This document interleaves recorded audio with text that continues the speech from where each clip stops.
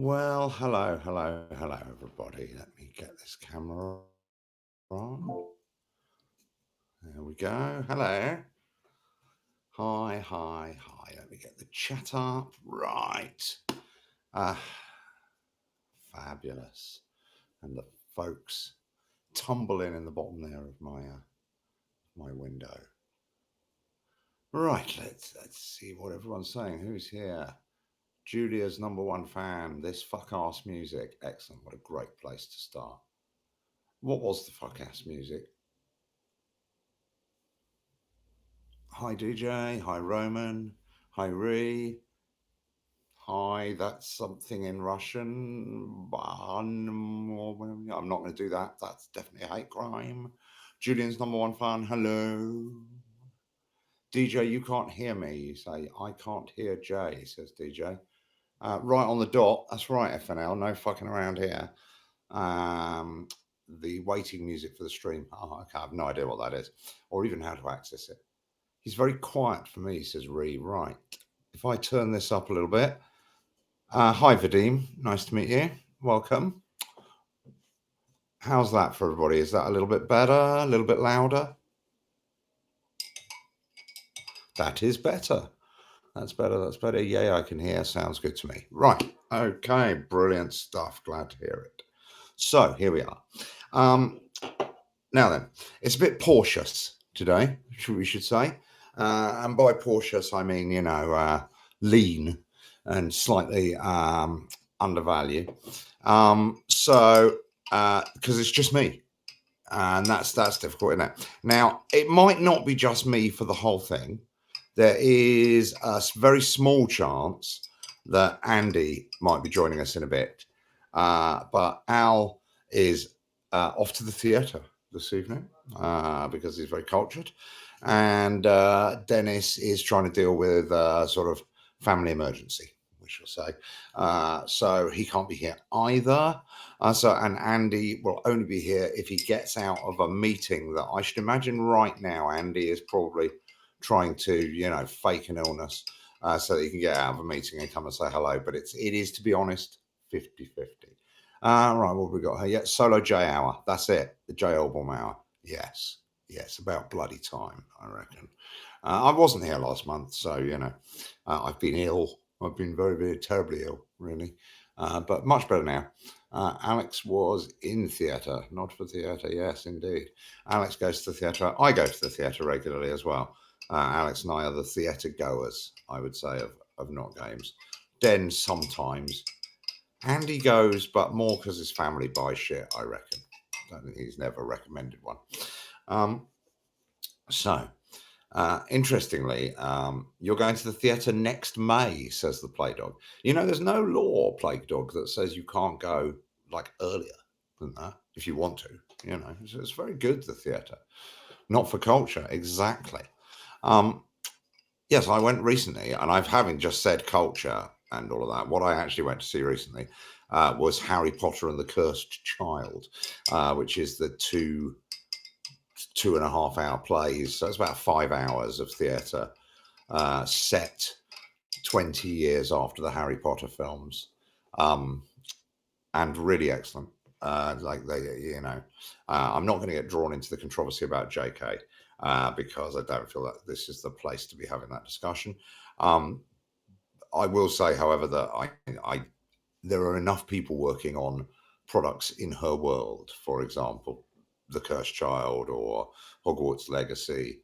I always have this belief that if you look at any great creative project, a film or a TV show or a game, if you go into the CVs and backstories of everybody involved, you'll always find somebody in there who's a bit shit or who has some skeletons in their closet. In fact, the older the people, the more likely they are to have skeletons in their closet, of course, because they've lived longer and presumably have some regrets from making the mistakes of life. I believe you should enjoy a piece of art for the collective effort and separate the art from the artist. Anyway, that's a contentious thought. My point is, going to the theatre is great, and the Harry Potter plays are very, very, very interesting because they do a lot of magic. on the stage, which is really cool, of course, because after the first sort of hour, you reach a point where somebody will like wave a cloak and then there'll be like a teapot there or something. Will just appear. But things are appearing and disappearing with so much regularity that one ends up just not even noticing it almost. It flies by. Oh, magic thing happened, impossible thing happened. Oh, there's another impossible thing. I was a bit of a Harry Potter fan. I read the books when they came out. So it was very nice for me to go and see those plays after this long. Also of interest to those of you keeping up with contemporary culture is the fact that the script for the plays was written by Jack Thorne. And if that name sounds familiar, that's because Jack Thorne wrote Adolescence, among other things. I believe he also maybe wrote Mr. Bates during the post office, but I would have to check that with Google or GPT. In fact, I wouldn't check it with GPT for obvious reasons, like, it might be wrong. Whereas Google, you can say that about Google. It is not tea. It is a beautiful electrolyte restoring drink where you drop this thing in the water in it. Julia's number one fan. I was more into Percy Jackson. I've never read any Percy Jackson, so I couldn't comment on that. AKA, I was forced to read them for school. You were forced to read Harry Potter, or you were forced to read Percy Jackson, Julia? Juice is simple words. Yes, it is, Roman, but it's not juice. It would be the simple word, though. I read the Demon Arta series by Darren Shan as a child, which is incredibly violent. You know what, Plague Dog? I think you raised an interesting thing there, because obviously, as children, we do like and we get drawn to quite violent works. When you look at Roald Dahl, for example, another genius but deeply problematic person, who wrote these incredible stories. The violence. It was Percy Jackson that Julia was forced to read, but I'm sure you know that because you're all looking at the chat as well. Yeah. I don't think there's anything wrong with violence in children's stories. In fact, I think it's quite a good idea, provided that violence is instructive and not celebratory or gratuitous. But a book like Lord of the Flies will stick with you if you read it young enough. Let's face it, Grimm's fairy tales, especially in their original versions, are shocking. Really, really strong stories, really nasty, really dark, and they've lasted generations, even if they have been slightly sanitized. Right, Plague Dog. The movies are okay. I don't dislike them, but I never go out of my way to watch them. That's fair. Remember, guys, violence is not funny. True. I remember one fan and her friends were playing a prank on Harry. I don't know what that might have been. Crazy part, they were technically young adult. I'm now a splatterpunk extreme horror reader. Okay, Plague Dog, excellent. Which isn't surprising looking back at what I used to read as a kid. Or necessarily, like most gamers like violent games. Not everybody, but most gamers, we get an adrenaline rush. We all have evolved, if you believe in evolution, and we're definitely not having that fucking argument on this thread. Oh, look, it's kicking off. Violence is incredibly funny, unfortunately. Well, isn't that Julia's number one fan? I'm just going to call you JJ because it's easier and you've put it in brackets. So anyway, okay, JJ, isn't it the case that it comes from that old adage, if I cut my finger, that's a tragedy, but if you fall down a hole, that's hilarious, right? Comedy is violence at one point removed, or comedy, sorry, is violence removed once. So we're set back from it. I think that's quite interesting. Anyway, violence is incredibly funny, unfortunately. Not always true, but most things are not always funny. That's true. I'm not, mostly, but not always. Like how Alan shot Julia. Yeah, there you go. That's not that funny. Well, sometimes it is. It was very funny when Alan shot the gun off and it wasn't supposed to go off in the outtake. I'm a platformer junkie. Interesting, JJ. Interesting. The project I'm working on might please you, or some of it might. Comic, probably better than escapism through Danganronpa. I don't know what Danganronpa is, and I think I've heard that before. I think I've heard that term. I think maybe I do know what that is. Uh, right, currently playing Postal 4, which follows the mantra of violence is funny. Yeah, the Postal games did do that. I remember you used to be able to piss on people. I think that might have been Postal 2. I remember playing that and going, bloody hell. Not in offend. I wasn't offended, but I just couldn't believe they went for it. Like I was thinking Fight Path. Okay, I think outtake was fucking hilarious. Jay, will you be taking questions today? Indeed, Mr. Gorn, or should I call you Mr. Lobster or Mr. Lobster Gorn? I am indeed taking questions today. In fact, I would say, given that it's only me, that's pretty much all we've got tonight. Because I'm very unlikely to start. I doubt you want to watch me play Balatro, which is what I've been playing recently. I've also been playing RoboCop Rogue City that I grabbed in the Steam sale, which is like surprisingly good fun, but not necessarily because of its RoboCop elements. More because this is quite a story. It's not a good story, but it will have length. In 1977, when I was really very young, my father, God rest his soul, he passed away a few months ago now. He bought me issue 1 of a comic in England called 2000 AD. And I hope that some of you in the stream will have heard of 2000 AD. But if you haven't, and you're clearly not into comics and certainly not British comics. If you are into British and American comics, you have heard of 2000 AD because it's where Alan Moore started. It's where Peter Milligan started. It's where Garth Ennis started. I mean, the entire pantheon of Vertigo comics, pretty much apart from Gaiman, who did write for 2000 AD, by the way, as well, have come through 2000 AD. So 2000 AD has a character in it called Judge Dredd, as Elwood has rightly pointed out here.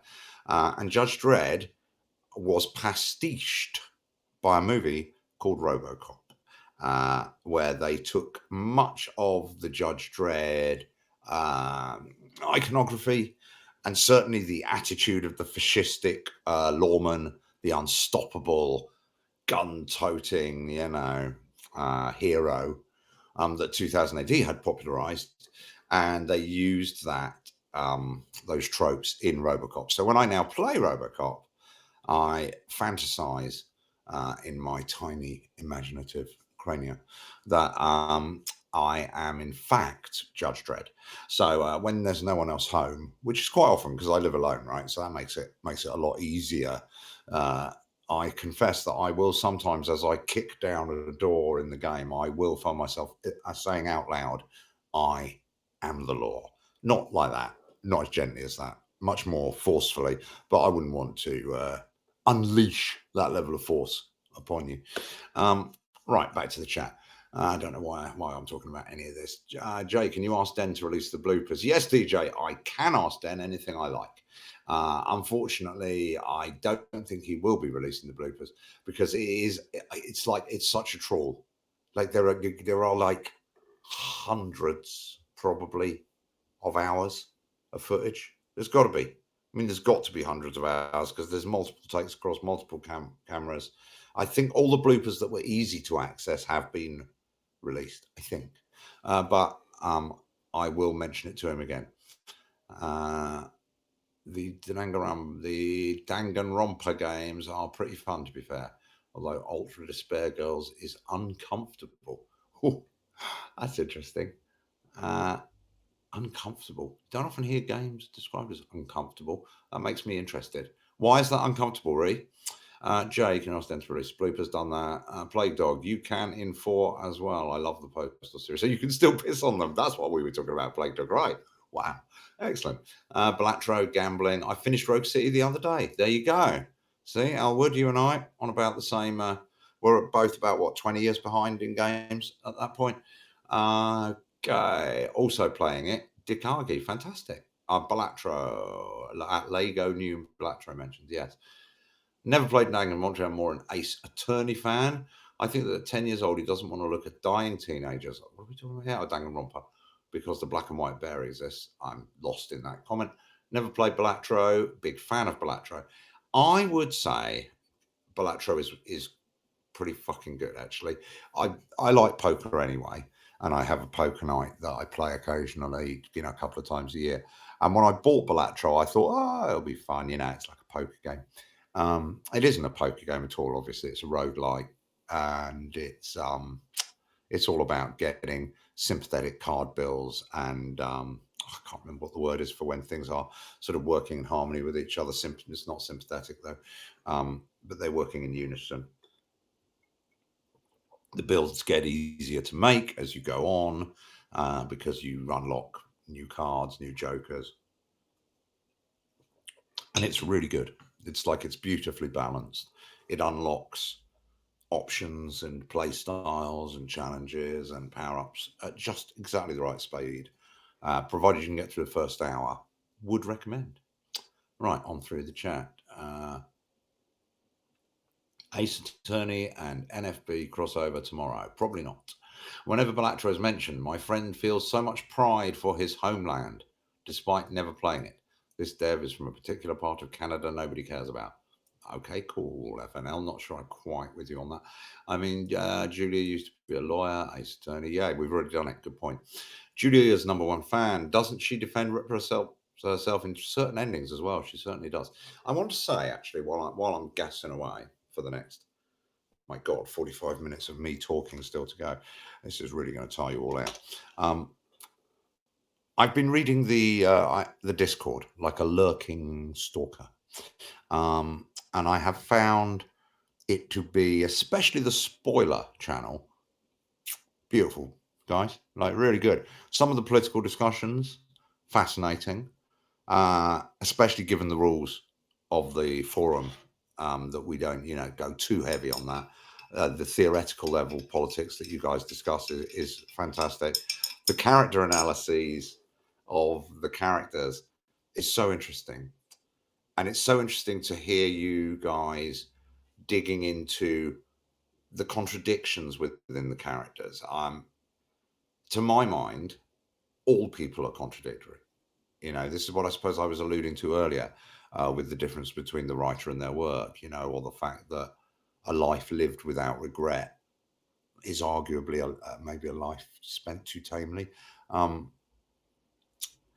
I think that it's very hard to call people good or bad, and I worry regularly and often vocally that we are creating a zeitgeist or a shared worldview of oppressor and oppressed, hero, victim, good people, bad people, toxic people, victim people.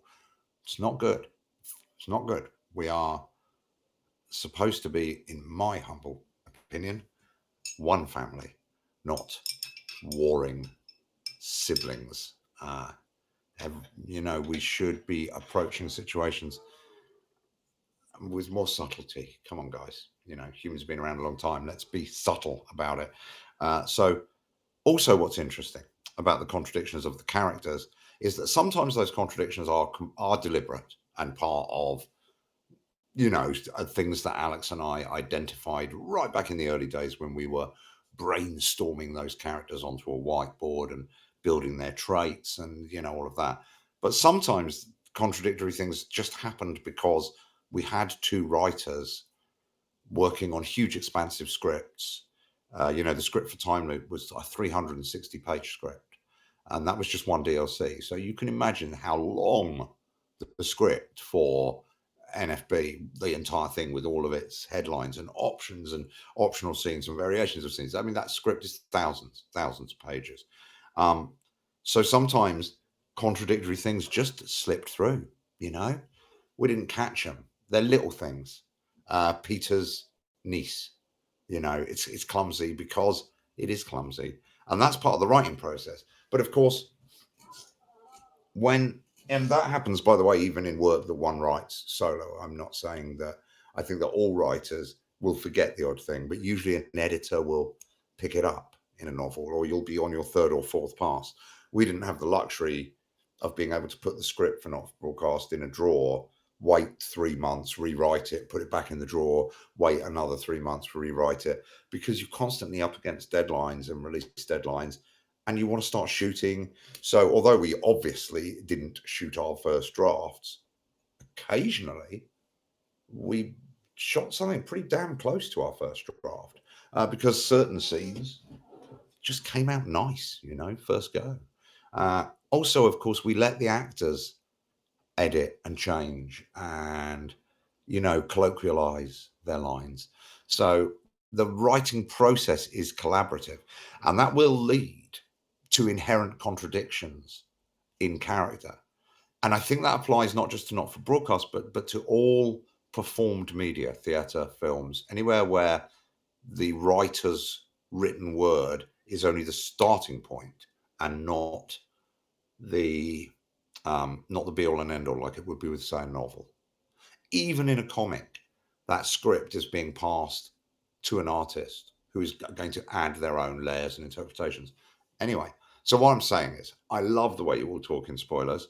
I love listening to you trying to square these inherent contradictions in the characters, because I think it's what makes the characters fascinating as well. And and to be honest, it's incredibly flattering to see people discussing our work uh, like that. Or I find it very flattering. So thank you to those of you who are still discussing it. I am deeply flattered. Right, I'm going to change my glasses into these reading glasses. And that will make it a lot easier to read the chat. I won't have to keep leaning in and out. Right. Okay, on with the chat. Self-defense is ready or on. I'm back at 43. The Dread movie was so cool. One of the Dread movies was cool, Elwood. The other one, not so much. The Stallone one, actually, the Stallone one, The City, was cool. But the one with Carl Urban, he played the character better, but it didn't have the budget. We've yet to get a decent Dread movie. Although they are saying Taika Waititi might be making a Dread movie. That could be cool. I checked with my client myself, and I've concluded that I did nothing wrong. Yeah. Just release all the footage then.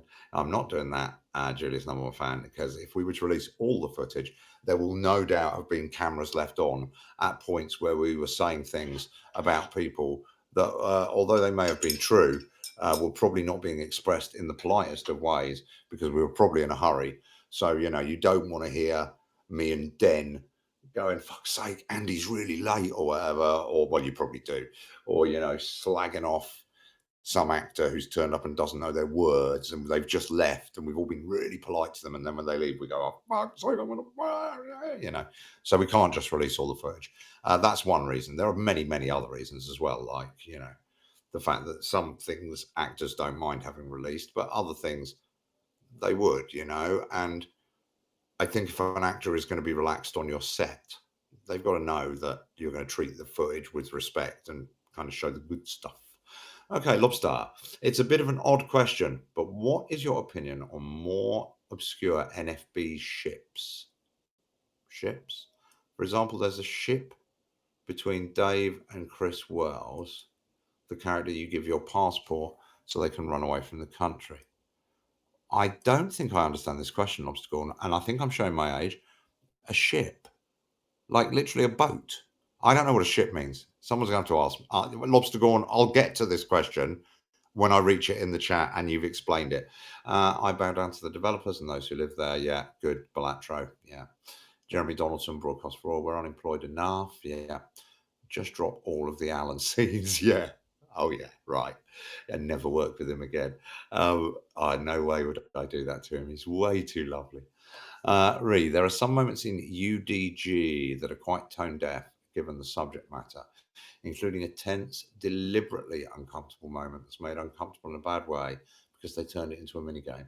Okay, but not in the same way South Park did, then, I presume. UDG, is this Danga Danga Manga Danga game we were talking about up here that I can't remember the name of now because it's really difficult doing the stream on your own. You just got to talk. I'm not going to have any voice. I've got a guest coming later. I'm not going to be able to speak to them.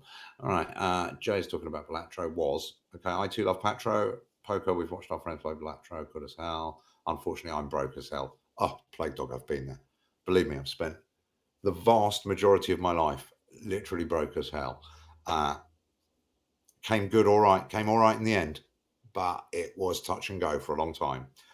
But I will tell you this: um, if I could go back in time, which obviously I unfortunately don't have that facility, or I would have Apple shares and probably the first Bitcoin. Um, I would tell myself to not stress out so much about money because it comes good in the end.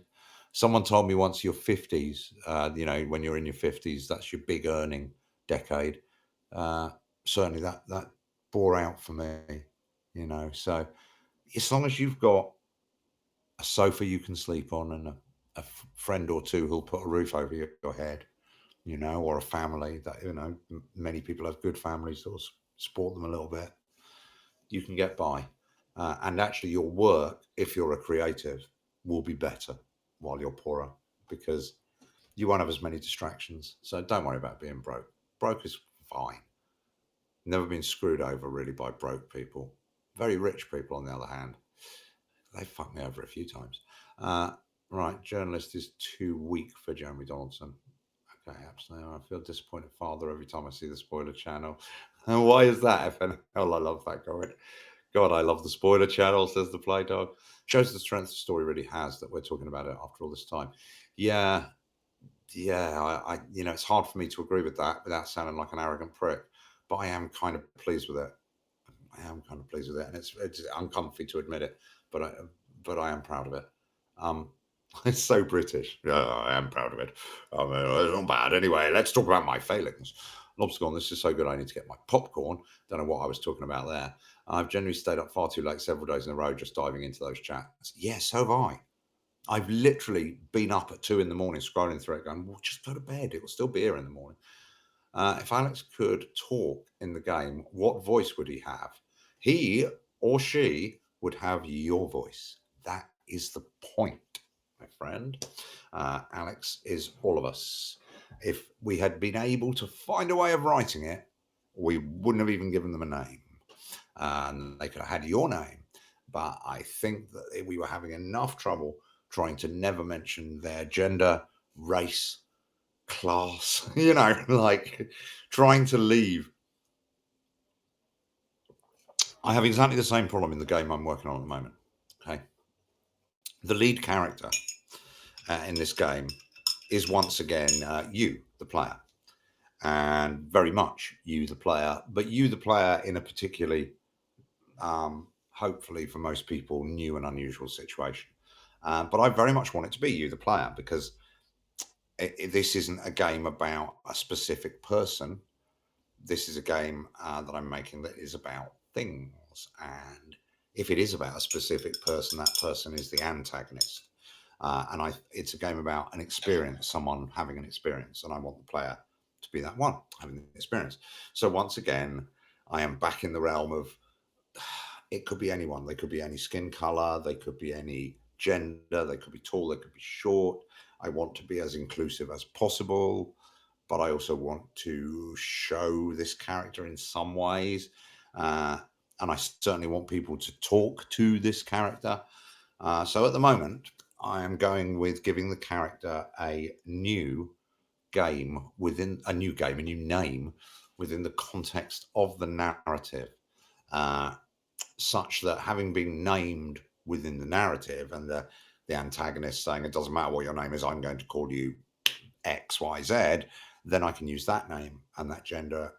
Well, not gender. He doesn't give you a gender. Definitely didn't want that to happen. He doesn't give you a name, and therefore you can use this nickname or this a name that he's given you. So that's how I'm dealing with that at that moment. I don't know what ship is still. Right, scrolling. We're unemployed enough. Just drop all the Alan scenes. Done that. Done that. Ace journalist. Done that. Oh yeah, okay. I miss having the time energy to dive into the characters course. I'd like to ask, okay, JJ at 17:50 UK time. We're only 9 minutes behind, chat. I'd like to ask how you feel about interpreting those contradictions when thinking about the characters, like a corkboard with the red strings.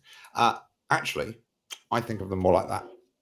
Okay, that's what I tend to do. We had a board like that for not for broadcast for a while, Um, Actually, we had a whiteboard with Not for Broadcast, and it was divided into 10 squares uh, after the first few months. And Alex and I decided to put each of the 10 levels, the 10 broadcasts, in their own square. And that enabled us to track things through time. We didn't yet know how far apart they were going to be.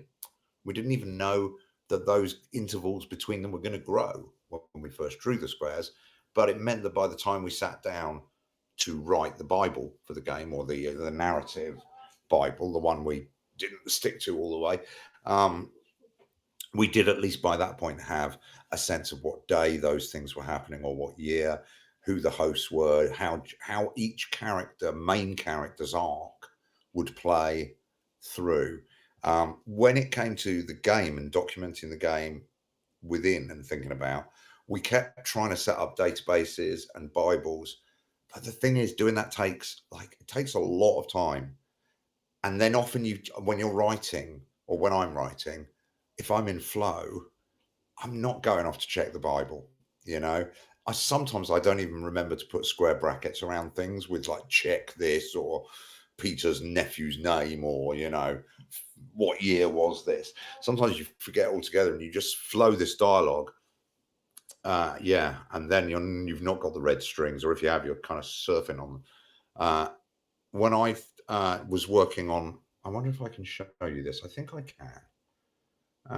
Let me open Final Draft. I'll show you how I fleshed out bits of your life. That's if you're interested. If you're interested and you want to know a little bit about how I fleshed out bits of your life, say so in the comments, and I will share up a screen and show you the board when I reach it. Okay. Peter's niece can be explained by Mrs. C side of family. Yeah, yeah, and we did, but it's not good. There aren't many like that, but not the best. I just kept seeing. All right, I've got to get rid of all of these because I don't want you guys. That's the time loop.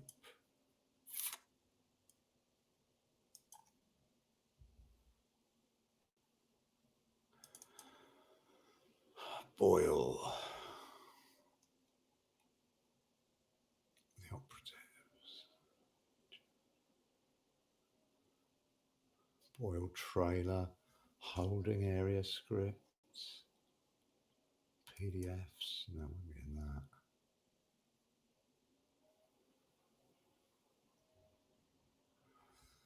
Oh, where have I put it?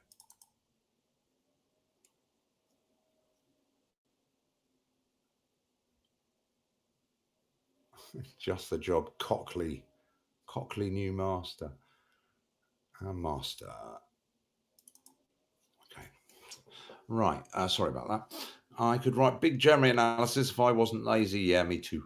I just keep seeing the same 5 songs being sung, just by different artists. So I stopped bothering unless it's characters I haven't seen often. Not sure what we're talking about there. Sorry.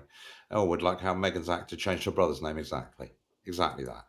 And had we written that name earlier, like when she asked if she could do that, I knew that Megan's brother hadn't been mentioned, because I know when I wrote that speech that I spoke to Al and said, "We don't know who Megan's family are, do we?" And he was like, "No." And then we were able to do it. It's a good argument, to be honest with you guys, if any of you are writers, for not locking everything down too early. Leave yourself some room to play. You don't know when you're going to need a character to have to be able to pick a lock, or to have a relative, or to, you don't know what's coming in your story. You think you do, but you don't. Uh, right. There's a lot of lovely comments there. I have time to write big comments under someone's shitty review. Yeah, I try not to engage with that. Glasses swap. Oh, I read the glasses swap. Okay. I was talking about the later Dread one. Yeah, that is the good one. Dave is waking up in Jay's voice. Yeah, they did cross over quite badly. Yes, the hums. Which one is it today? Happy to edit the bloopers. No, sorry, we're not letting them out of house. And to be honest, even getting to the hard drives with everything on, not going to happen. Ships is short from relationships. Oh, relationships. Right, now I've got to go all the way back up to that question. Character ship, when fans love making two characters love together, like Jeremy and Jenny. Excellent. Okay, well, that's good. Brilliant. I've learned young person slang. Mind you, I say that. You guys could all be older than me. I don't fucking know how old any of you are. That's not me asking. None of my business. You're probably not older than me, though. I'm probably the oldest person here, unfortunately. I'm an art uni student. Look, as if by magic, the plague dog has given away something of the fact that they're definitely younger than me. Being broke as hell is my one state. Well played, plague dog. Nice. Why are we only taking Kit, Chris, and Dave? Let's take other shippings too. Yeah, okay, fine. Let's educate. Yeah, I can take same day shipping, right? Loads of ship based jokes. Are there any movies that inspired NFB at all? Probably. Brazil, I would imagine. That's certainly an inspiration in terms of dystopian fiction. Children of Men, probably a little bit. It's hard to say. Logan's Run, maybe. I'd say probably a bit of that. It's not really going to be film though. It's going to be books. I hate to be a prick about it, but back in the day where we used to like read entire books and not get them summarized, um, we used to. I'd read a lot. I read a lot of dystopian fiction when I was younger. So I mean, the obvious influences are going to be Brave New World, 1984, Fahrenheit 451. Oh my God, Starship Troopers. Um, Probably another Heinlein. I read everything Asimov, but I don't really think that's an influence, particularly on this game. More of an influence on what I'm doing now.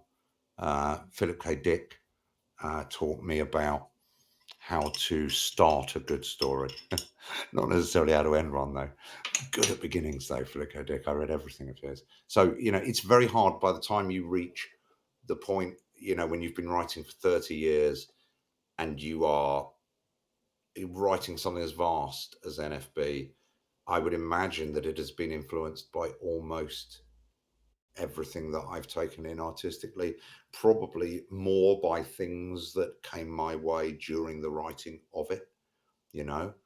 Like I had an incredibly painful breakup while I was writing Time Loop, which is now, God, 2-3 years ago. Uh, and I managed to put some of my feelings about that and other things into Time Loop. Because if you're a writer, and some of you I know are creatives, so everything's coming out from the brain, and the brain is getting everything put in.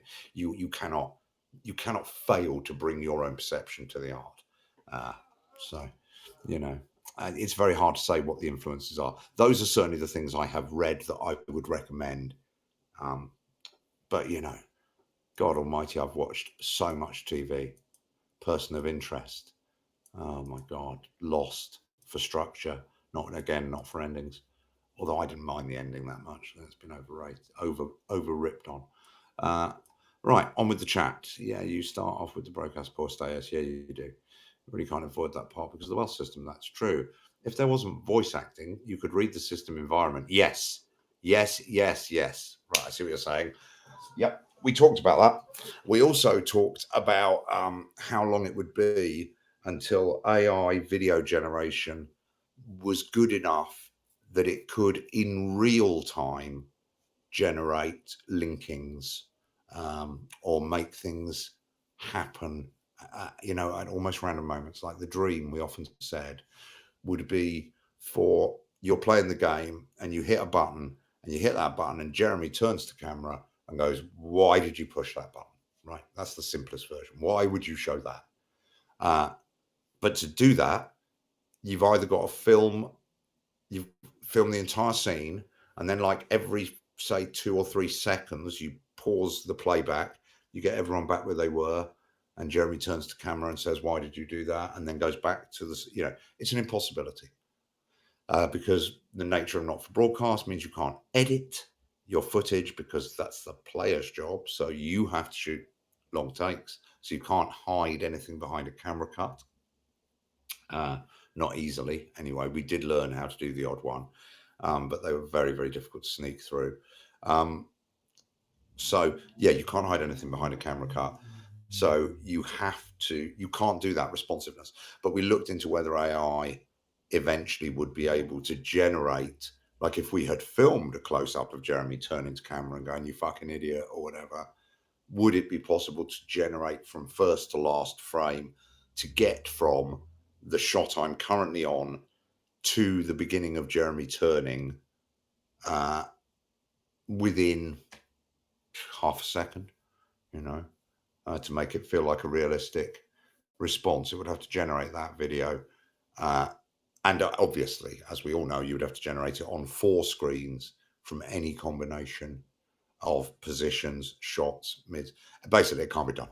But yeah, but it would have been bloody lovely. Really, really lovely to do. Roman Winston, yeah, exactly. Uh, Vadim Winston, precisely. The only applicable use of AI in voice acting is to let characters say custom names. At the moment, it is because AI doesn't act very well, does it?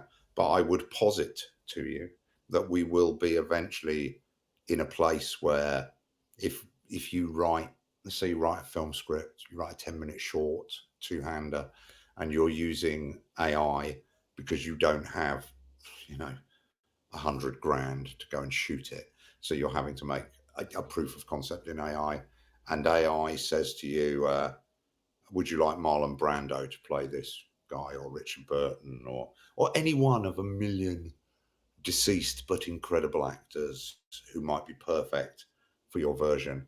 It's going to be hard for people to say no to that, I think, and we ain't that far away from it. Uh, a wall. It's brown board. Wall. I want to see it. You can't see it, unfortunately. Sorry, because it's got secret stuff on it. Is there anything about? And don't, please don't snip that shot of the board, Raymond. I was just showing you how I structure things. My murder board. Is there anything interesting about Alec Winston that you did have a character specific explanation for, like when Alex's father died? No, no, not really.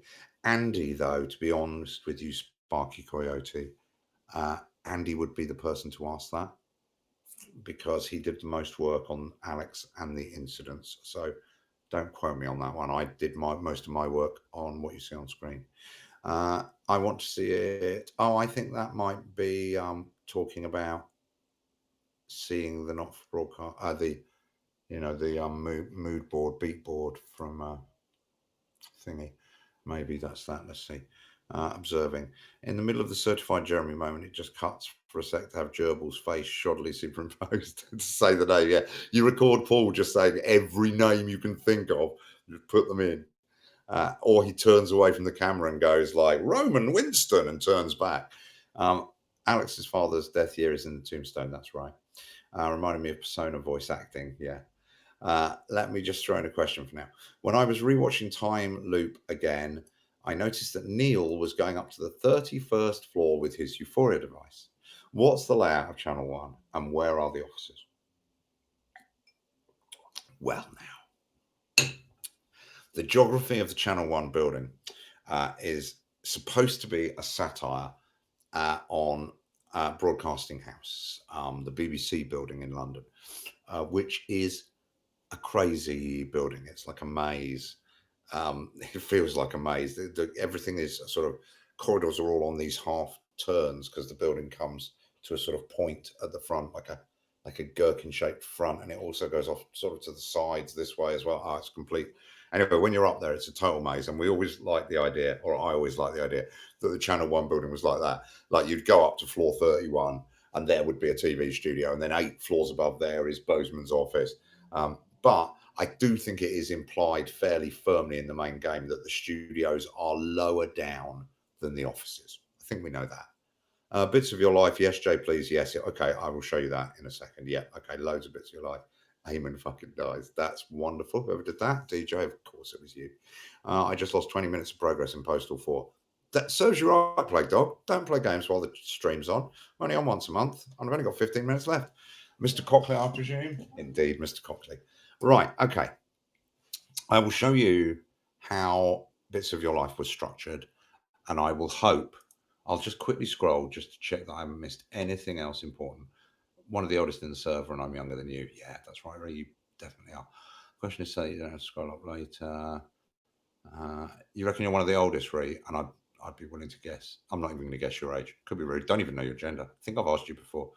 It's too worth it, which is why my interpretation of version of Junior is like that. Played BoyL again. Unexpectedly discovered Dave's long speech when you when you resave a path in the out. Yeah! Thank you, Dakagi. That, brilliant. Absolutely brilliant. Glad you found that. I've hidden quite a lot of those little things in this fucking game. I'm just waiting for people to comment on one of these days. You have to put the actors' faces into AI, which is dubious. Well, it's dubious if you do it without their consent. It's not dubious if they give permission to use their likeness in certain specific ways. I mean, like any tool, AI can be used obviously benevolently and creatively, and it can also be used reprehensibly. You know, for what can't? You know, I've got kitchen knives. They're great for kitchen stuff. I could also probably use them to hurt myself or someone else, but I don't because I'm a nice person. Right. I've heard AI and felt my eyes glaze over. Ah, fucking, I just talked about it again, Plague Dog. A large part of semester was how AI will affect my line of work, concept art. Yeah, man, fuck. That's not going to be good. That's not going to be great for library music either, right? So I feel your pain. I hear the screams of the masses every time I hear such topics. If Robert Winston was real, he would talk with Russian or with English accent. Uh, Up to you, Roman, I reckon. Imagine Channel 1 layout, the Loom. Yeah, there you go, Lumin. Yes. Great shout, DJ. Bozeman's office is on the 15th floor and the studio is on the 31st. Neil thinks the studio is on the 31st. He may have lugged his machine up 31 floors only to discover that actually where he wanted to be was floor 1. That's not made clear. What benefit is there from seeking divine ordainment aside from bragging rights? The mixture of the earth. I'm older than Den, Ree. Okay, fair enough. Yeah, so he's definitely not older than me. But that does put you in the mature, sensible side of this setup. Good luck with that. Is there any character that you feel the fandom tends to misunderstand or misinterpret? That is a fucking good question. I will answer that question, Sparky Coyote, and I will pick up on this chat once I've quickly shown you the way I plotted out BoyL for those who want to know. So I will do that now. Okay, share a screen. I want to share this screen. Okay, folks, can you see that? I see that it's very, very, very, very small on my version, but you guys might be able to blow that up in some way. There we go. Blown it up on mine. Okay, good. Right, so I'll just scroll out.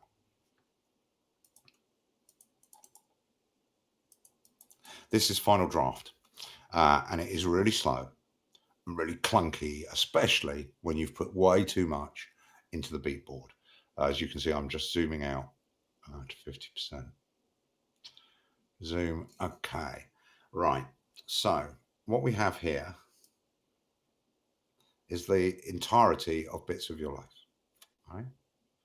So these running along are the various scenes and various notes. These red columns here, these are like ad breaks. These are scenes that I thought we would need, I think, but we didn't. These are like notes of other stuff, and we will go in and have a quick look now at some of this. So if I zoom in up at the top left-hand corner here, you can see sort of, right. So Bozeman intro, note, default order. These are the obviously 1, 2, 3, 4, 5, 6 paths, right, through the game. And this is all written way before the script is written. Let's just lose this. This is the scene list over here on the left. So what I do is I end up with a list of scenes, and then as I write them, I make them green. So this is obviously a version of the Final Draft file before I had done rewrites on things. And each of these, if I click it, will take you to that scene. You know, so Hammerfoot Jimmy is the one, you know, the black and white flashback. And I've given them little names. Peter becomes tipsy, etc., etc. Okay, so that's what that is, and that's one of the other ways in which Final Draft is absolutely fantastic because it gives you that ability to do that. Right? Oh, don't want to unsplit. Oh yeah, all right. We'll unsplit and we'll bring back the beat board. Okay. So let's come out. So first of all, I would probably have put these here with the bit that's in bold. So I'll have gone family secrets, political, drunk path, but I won't have want to put many of these notes in straight away. These go in over the next few weeks, often from something like this, a paper version. Uh, Multiple versions of just the job opening titles, where we're deciding how we're going to do that, and then the actual bits of your life titles. So this set of notes becomes the 6 versions of the just the job opening titles in their different musical styles. And this is the walk round that they do around the outside of the theatre to the other venue where bits of your life is taking place within the narrative. As you can see, everything eventually gets a unique code, as I'm sure was also viewable here. There you go, ref, BoyL 03, 01B 03, right? And AD, that will have a meaning. I can't remember what it was now. HA, it'll be something to do with the path that they're on or something, or it'll be a fallback but every single scene has a unique code, and hopefully those codes line up between this and the scenes, and then the footage, and then the audio, and then the music, and everything for a particular scene has to go, has to have these tags. And it's really important because you're dealing eventually with so much information and so many files, especially with something like BoyL. It is ridiculous how much sort of size that takes up, how many scenes are in there for how long it plays. These down here, character notes and Peter Clement timeline there. I hope you can all see that. That we stuck to. And I used that particular timeline more than almost any other note on this beatboard when I was writing it. And this is the type of thing where I'm saying to you earlier about put square brackets around things, Yep, you get Sid's birth there. Yeah, you get everything. And look, early lyric that's definitely just the job. It's disgusting. Key lines, the childhood sweetheart, the sidekick, the host, as you're getting just like, notes for me.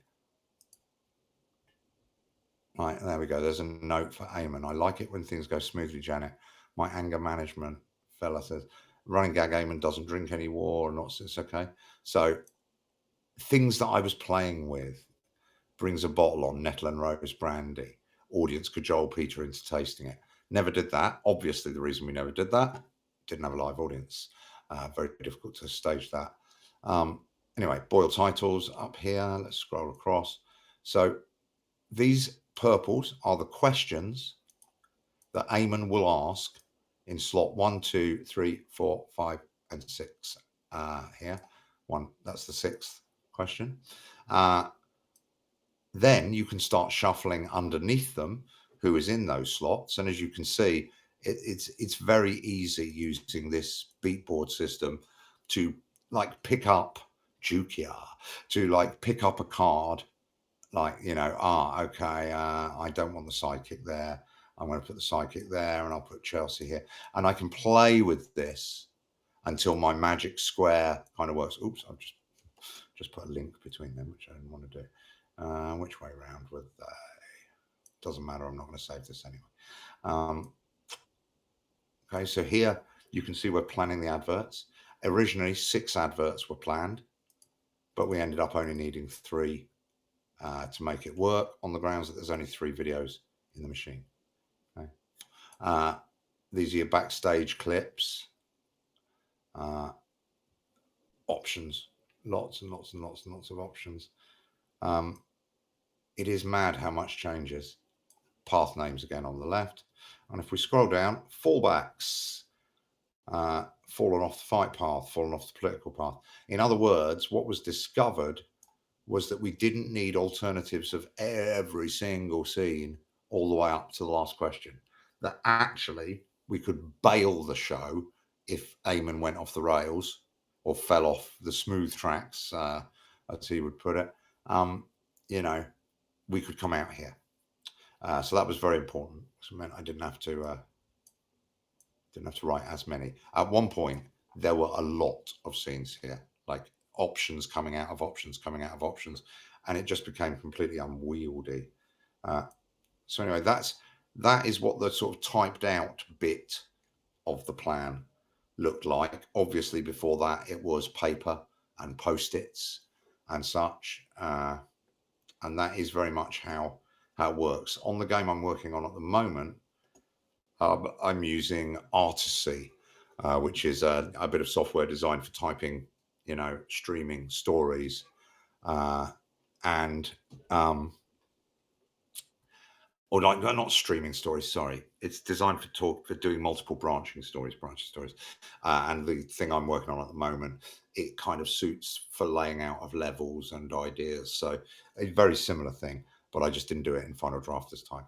So there, I hope that's interesting, and I kind of hope that's yeah, I hope that's interesting. It's not going to be useful, but it could be interesting. Right, let's have a look at the chat. Um, Right, what was the question I was going to answer before? It's right up here somewhere. I'm older than Den, I remember that. Is there any character that you feel the fandom tends to misunderstand or misinterpret? I don't know. Edwin? Edwin Neverlay and that sequence with Julia. I think that's one of the most interesting sequences because you get it kind of whatever path you're on, and so that's kind of interesting. And I think it's very important to show a separation between somebody who is just a little prick, a fascist, somebody who enjoys the belittlement of others, who can only rise up by treading on others, like i.e. Edwin, with someone like Julia, who will do awful things, definitely, and is happy in the grey. Well, not necessarily happy. She has a lot of regrets, but she will go into the grey. But I don't believe Julia relishes um, the crueler sides of advances authoritarianism. So that sequence, it's quite. I'm not even sure that is misinterpreted. I don't know the answer to that. It's just such a good question. You should ask that question again, Sparky Coyote, when we're all here, because I'd really be interested to know what the others think on that. Bozeman's obviously, yeah. Why do you say I'm going down? Yeah, you see, in my head, he is above. Uh, that's about the layout of the offices. That quote was going to be in the quotation going to right. Jay, talk with monitor 45 minutes. Andy's not made it yet. I don't think Andy's going to make it because we've only got 3 minutes left. Okay, good point. Yes, yes, yes. Not sure that. Then we can zoom in. Holy shit, it's that big. Yes, it really is. To think that if we didn't have this tech, we'd have to do all of this in paper. But the thing is, FNL, I did. I did it in paper first, and now I I still do. I've still got a pinboard here.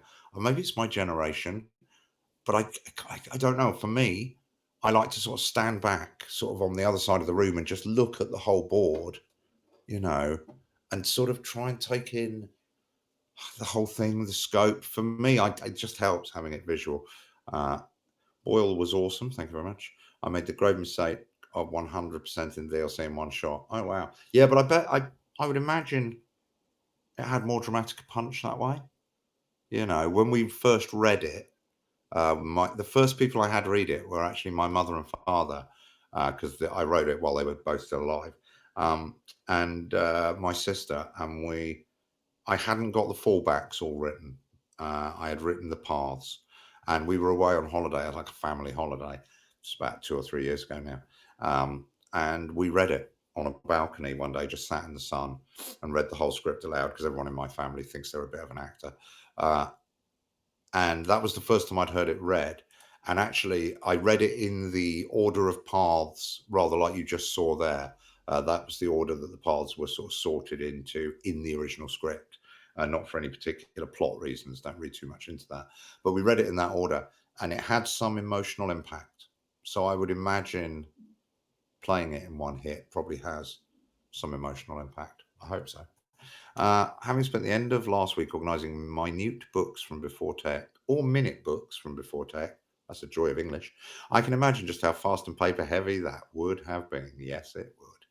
Oh, that's my alarm. Drunk path fight. Yeah, drunk path fight. Yeah, the walk round, the walk round. This bit here is the only bit of Bits of Your Life that I didn't write the dialogue on. These two little lads who ran round the outside of the theatre doing that section, because obviously we're touring through and around the theatre, and then we're heading back in to the same building at the front. They were that's the bit they wrote, and it just shows you how good they are that we kept it all. And when it says on the front, Harks Theatre, Bits of Your Life, it should have been Hawks Theatre, I think, but never mind. That's real on the front of the theatre. We put that signage up. We didn't do that digitally. That is real practical effect. Playdog has sent a picture of a cat going to war. Never go to war with a cat. It will kill you. How many minutes to take you? I've got the main staff. We get confirmation of Sid's birth. He is younger than Peter, correct. What a turd beating up his little brother. Yeah. I mean, really, I wasn't so great with my little sister. Thank you so much for this. You're very, very welcome. And if you know, I'm always happy to share as much as I feel I'm allowed to. There was 6. Yeah, there was going to be 6 adverts and clips. Yeah, Alan James on PT. We had a brilliant Alan James. Oh, I've published that script for you guys before. It is so smart to just derail the whole guessing after the second clip to mitigate the fuck ton of possibilities at the end. Yeah, it was really weird because I was blocked, like absolutely blocked as a writer for about, God, it was like 7 or 8 weeks. It was awful, just really, really awful. I knew I had to finish this script. I knew the actors needed it.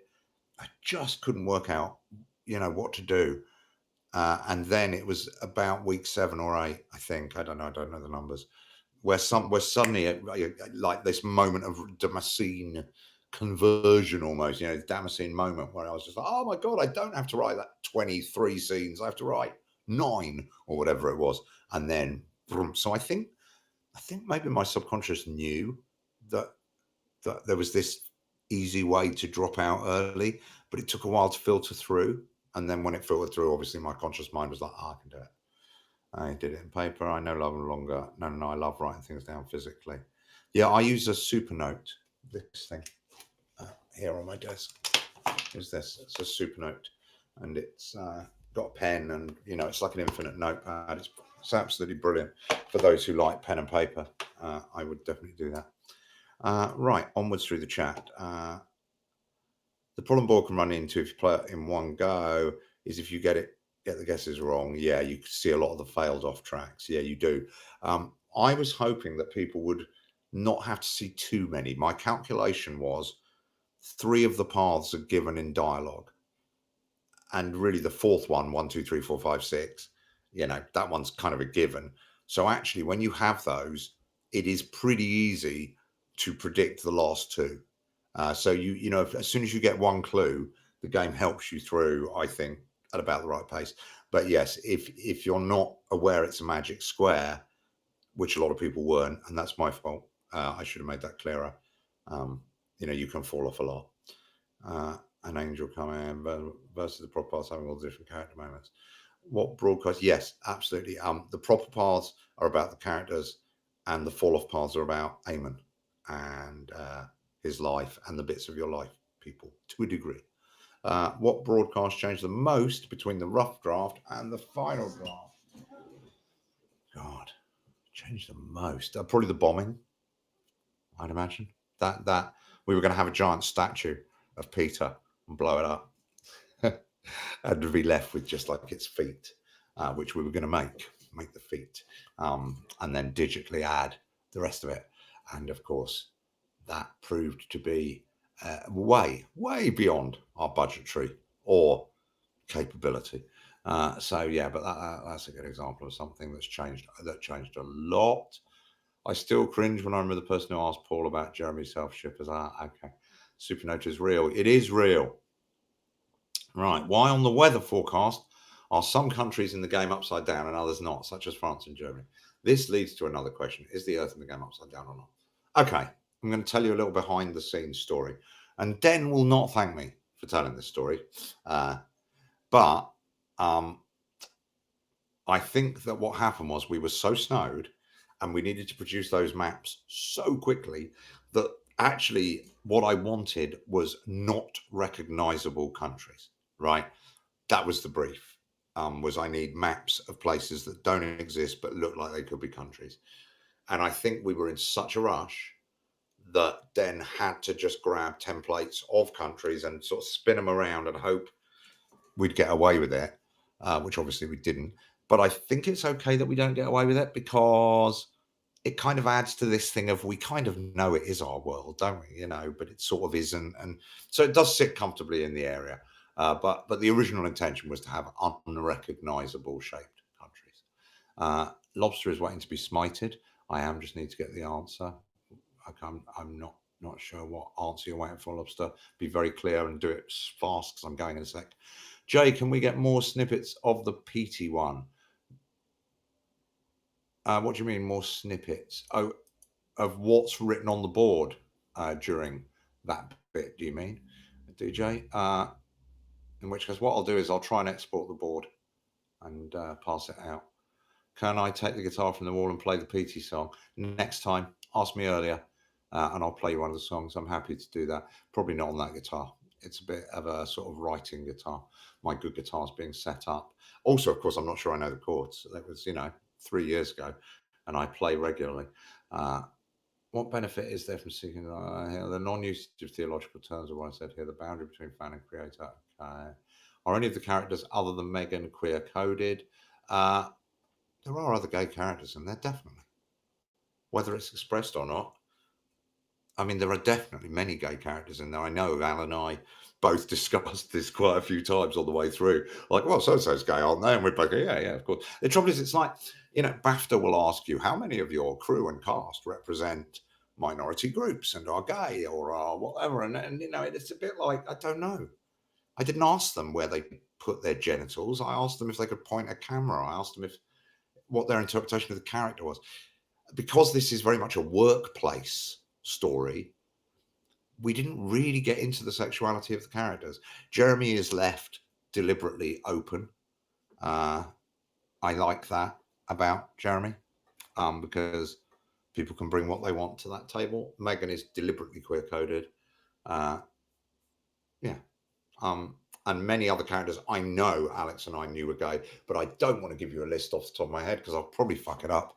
And then I'll say a name and someone will go, well, are they married? Because in level 7, it says they're married. You're probably right.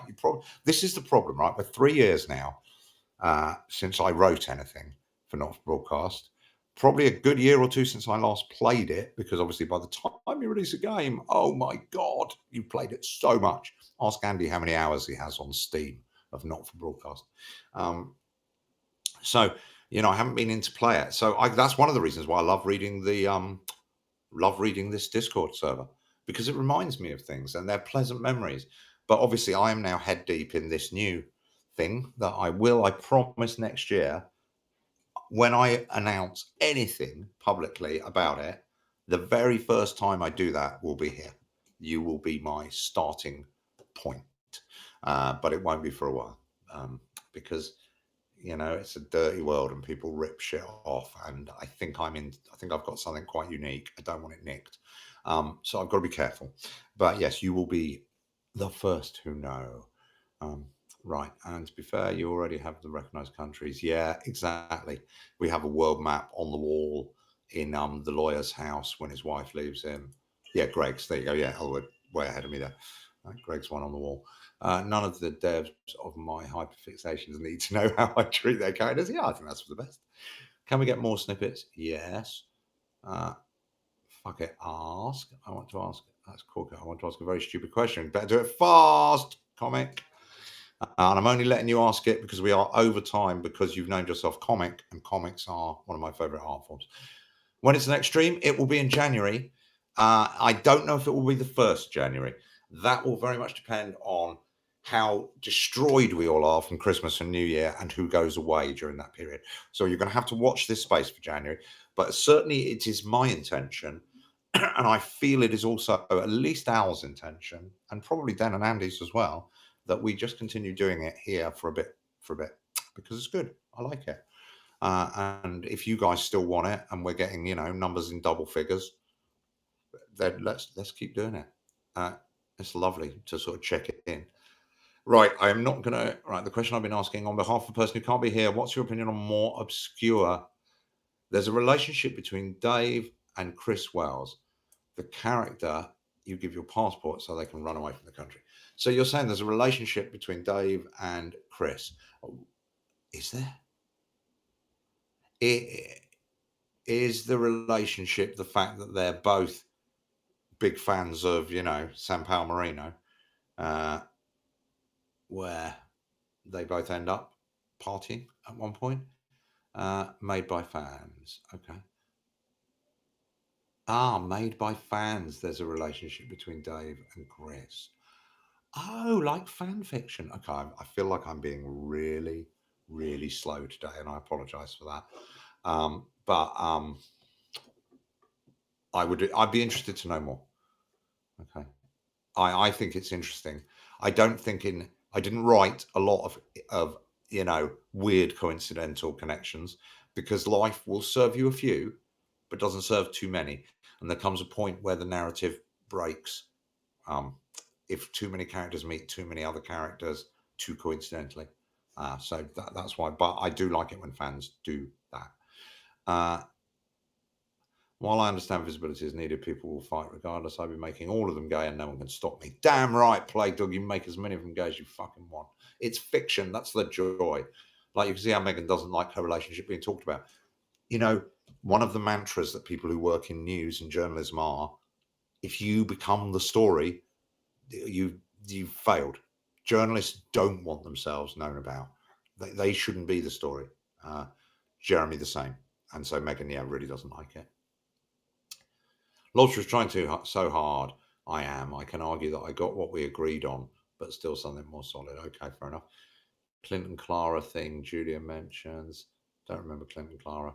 Do the continents in NFB have different names? Yes, probably, because everything else does. San Marino. First Monday of January, probably Roman, but possibly the week after. May sound strange, but what musical instruments? Oh, this is your stupid question. All right, this is going to be the last question of the night. It may sound strange, but what musical instruments could the main characters play? Like Jeremy, Megan. Right. That is a bloody good question. Peter Clement almost certainly plays the guitar. Just sure he would. I'm sure he's been in a blues band or something like that, right? He would definitely do that. Julia would be absolutely tone deaf, but always have wanted to be in musicals. Jeremy, he likes his Airfix models, does Jeremy? Not much of a singer. We know from Time Loop that he's more a recitative kind of guy. So if he plays anything, I could see him blowing a bit of a harmonica. I reckon Jeremy might play a harp. Megan, I bet she learned to play something, amazing at school, like a harp or like a cello. If anyone's playing something insanely cool, that's going to be Megan, isn't it? I should imagine Colin Sprong can play almost every instrument, but chooses the drums. Who else is in that newsroom? Bozeman. Well, we know Bozeman. He's all about that jazz. Uh, and Alan, I reckon Alan's probably bought or got his dad to buy him quite a lot of synthesizers and outboard gear, but he can't really use them. He just goes out there and makes noise and then plays it to his mates, and they go, oh, it's amazing. Yeah, Colin probably plays a random niche instrument that only three people play. Yes, exactly. Or something he made himself, like a bone machine. That is a brilliant question. I really, really appreciate that question. So we're going to stop there. And I'm going to say thank you all so much for sticking around and for chatting. I could see Alan playing bass, did you as well? Um, we will be back next year, which means we must all make a pact at this moment to have a pleasant, relaxing, and joyous Christmas. And during that period, to do at least one nice random act of kindness for a stranger. Let's all just do one nice thing, right? That'd be good, wouldn't it, if everyone did that? And then we can all say what we did when we come back here in the new year. But yeah, have fantastic Christmases. Um, I can't tell you how much I value you all. Those who come, those who talk in the server. Please, those who aren't here, do pass on that to them. When I say in the server, Love to you all. I genuinely do mean it. It is, that's lovely. It's like some of the nicest bits of being like a little bit famous, but only really small. So it's really private still. And I've still got my life. So yeah, fantastic. Your birthday coming up soon. Many happy returns and felicitations. Lovely to chill with all of you. See you soon, Ree. See you, Comic. Right, let's work through these lanes. Bye, DJ. Bye, FNL. Bye. Oh my God, you've changed your name. Comics, Play Dog, K13MNI3. That's eyes, Kime Nye or something. Anyway, bye. Lobster Gone by, Spunky Curty Guy, Uwu, brilliant name, bye. Alv Avmavlo 7 by Takagi by Roman, farewell, sir. Re farewell. I was going to say my peer, but obviously, we'll accept that being older than everyone here still puts you probably several decades below me. But anyway, happy Christmas. Goodbye. Julia's #1 fan, JJ. Bye. Elwood. Bye. Junior's #1. Bye. That's the end of the stream. I don't know how to end it.